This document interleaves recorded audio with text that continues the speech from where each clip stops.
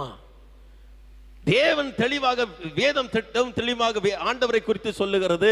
அவர் நமக்கு பயத்தின் ஆவியை கூடாமல் அன்பும் பலமும் தெளிந்த புத்தியும் உள்ள ஆவியை தந்திருக்கிறார் என்று சொல்லி அப்போஸ்தலனாகிய பவுல் தீமோத்தேயுக்கு எழுதும் போது சொல்லுகிறார்.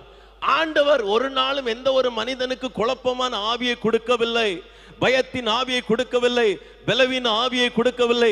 அவனுக்கு பலமுள்ள ஆவியை தான் கொடுத்திருக்கிறார், தெளிந்த புத்தியும் உள்ள ஆவியை தான் கொடுத்திருக்கிறார். ஆனால் சாத்தானோ தேவ பிள்ளைகளுடைய வாழ்க்கையில உட்புகுந்து ஆண்டவர் வைத்திருக்கிற நலமான பங்குகளை பறித்து கொள்ளுகிற விதமாக அந்த தேவ பிள்ளைகளிடத்திலே அநேக நேரம் சந்தேக விதைகளை தூவி விட்டு போவான். ஏவாள் கிட்ட வந்து முதல்ல என்ன கேட்கிறான் சாத்தான்? என்ன கேட்கிறான்? ஆண்டவர் இப்படி சொன்னாரா? ஆண்டவர் மேலேயே டவுட் உருவாக்கி விடுறான்.